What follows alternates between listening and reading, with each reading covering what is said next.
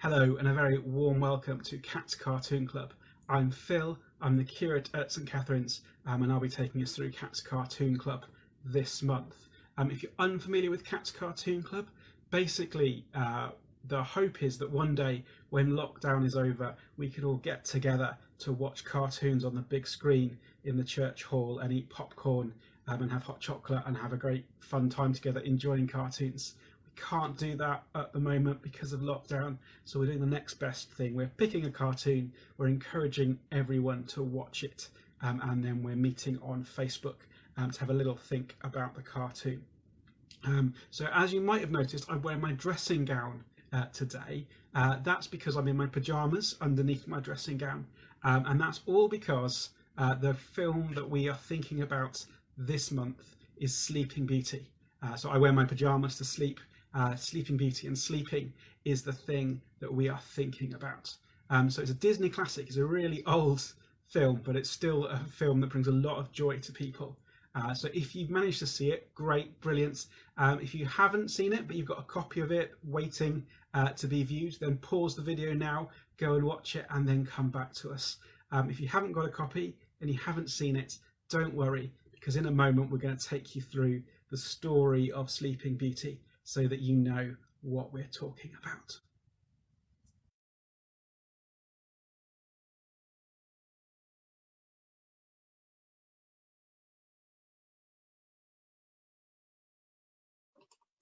So if you haven't seen the film, or you have and you need a reminder, this is the story of Sleeping Beauty.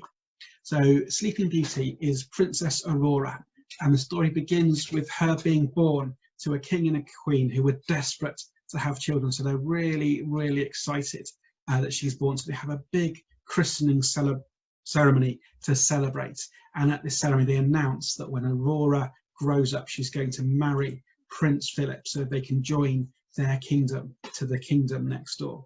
And at this big ceremony, the king and the queen, they invite three fairies to be her fairy godmother. The three fairies are called Flora, Fauna, and Merryweather. And each of the three fairies brings her a special gift in the form of a magic charm. So Flora brings her the gift of beauty, and Fauna brings her the gift of song. But before Merryweather can give her her gift, Maleficent turns up, the evil witch, who's absolutely incensed by the fact that she hasn't been invited to the christening. And so she brings, rather than a gift, she brings a curse. She curses Aurora and says she is going to die on her 16th birthday when she pricks her finger on a spindle. Now, Maleficent's power is really strong, so they can't break the curse. But what Merryweather can do with her gift is she can weaken the curse, and say that rather than dying, Aurora is simply going to fall asleep when she pricks her finger on her 16th birthday. Even so, the king and the queen are worried, so they send Aurora to go and live with her fairy godmothers under a new name, under Briar Rose, in the hope that Maleficent won't be able to find her and won't be able to trick her into touching a spindle. So Aurora goes to live with her fairy godmothers, and she grows up with them under this new name, Briar Rose, and no one is meant to know that she's really Aurora, and that should keep her safe from Maleficent. And they get as far as her 16th birthday, and they send her out into the woods to collect berries so that they can get her surprise birthday party ready. While she's in the woods, she sings using that beautiful voice she was given at her christening. And Prince Philip happens to be going through the forest, and he hears the voice. He follows the voice, and he meets Aurora, although he doesn't know she's Aurora. And they fall in love. And Aurora, who thinks she's called Briar Rose, rushes home to tell her fairy godparents. She doesn't know he's Prince Philip. She just knows he's the man she met in the woods. And her fairy godparents are really worried because they know that she has to marry Prince Philip. She can't just marry a random guy she met in the woods. So they have to tell her who she is and explain. She's really upset, and she goes to her room to cry. But unfortunately, Maleficent finds out from overhearing this conversation where Aurora is. And because she overhears it, she can lure Aurora back to her dark castle, where she can trick her into touching the spinning wheel. So Aurora finds herself in the castle. She pricks her finger on the spinning wheel and she falls into a deep sleep. Aurora falls asleep just as the curse predicted. Her fairy godparents find out about this, and they choose to put the whole kingdom to sleep, so that everyone will sleep until she can be woken up by love's true kiss. And as everybody's falling asleep, they overhear a conversation between two kings that makes them realise that the random guy Aurora had met in the forest was in fact Prince Philip. So they rush to find him to try and get him to kiss her to break the curse. But they find out they're too late. Maleficent has already captured him.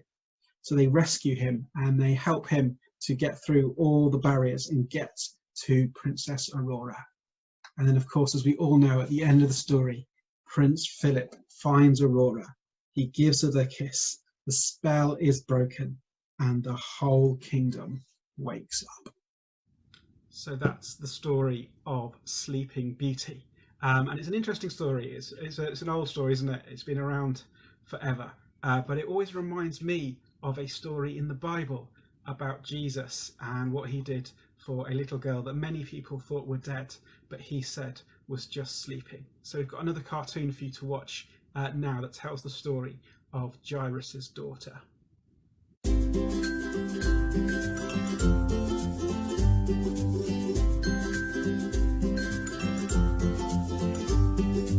There was a ruler of the synagogue named Jairus. His 12-year-old daughter was sick and very near death. Jairus went to Jesus and begged him to come to his house and heal his daughter. As they walked to Jairus' house, the crowd pressed in on Jesus. In that crowd was a woman who had a disease that made her bleed for 12 years. No one had ever been able to help her. She touched Jesus and was healed instantly. Jesus asked, "Who touched me?" Peter, his disciple, said, "The crowd is all around you. They're the ones who touched you." But Jesus said, "I know that power has gone out from me." Reluctantly, the woman told Jesus that she had touched him. Jesus said, "Go in peace. Your faith has healed you." On the way to Jairus' house, a messenger said that Jairus' daughter had died. Jesus said, "Just believe, your daughter will be healed." At the house, Jesus went into the room with the girl. Jesus grabbed the little girl's hand and said, "Little girl, get up." Immediately, her spirit returned and she got up. Her parents were amazed.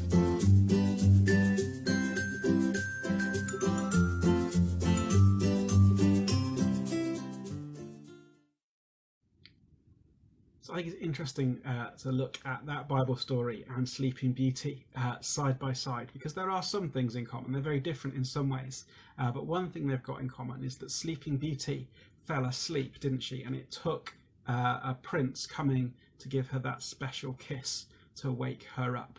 And in our Bible story, Jairus' daughter had fallen asleep, and it took Jesus coming to hold her hand and telling her to wake up that woke her up.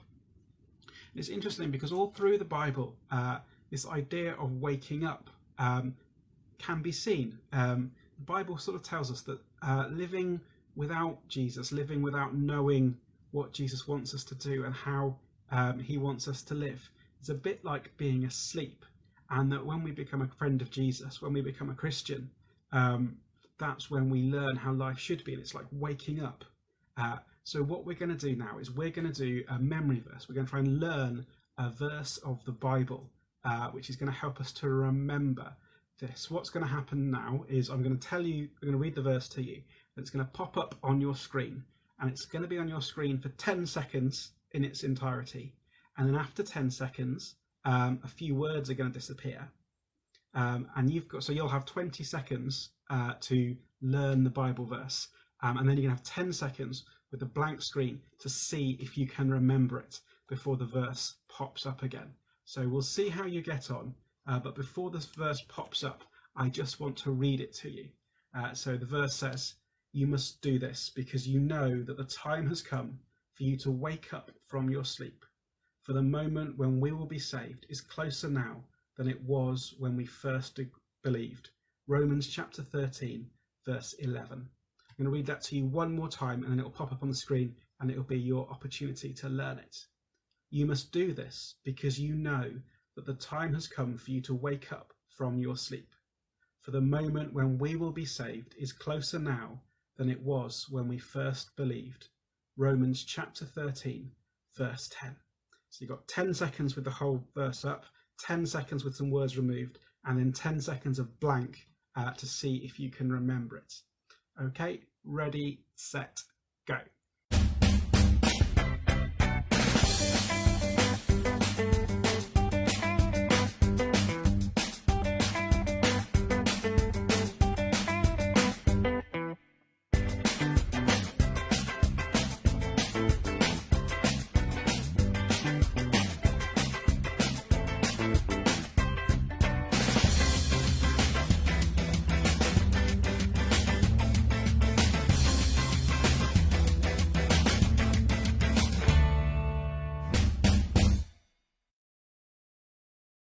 So how did you get on? Did you manage to memorize the Bible verse? If you missed a word or two, that's okay. The important thing is not that we know every word, it's that we can remember the meaning of it.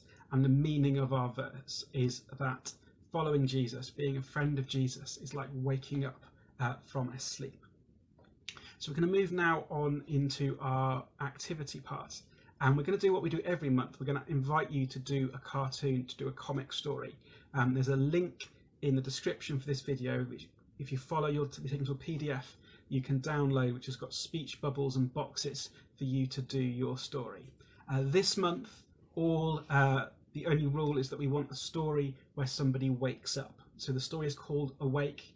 Other than that, it's entirely up to you what you do with the story. It can be about anyone or anything. It can be about your friends and family.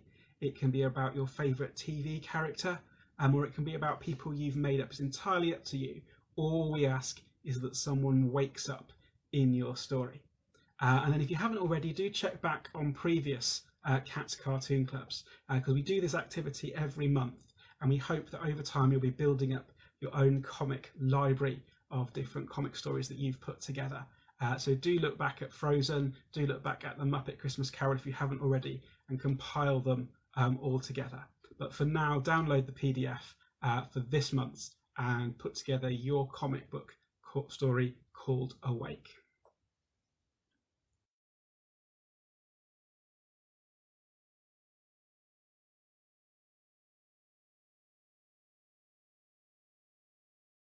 So that's it. We've reached the end of Cats Cartoon Club for February.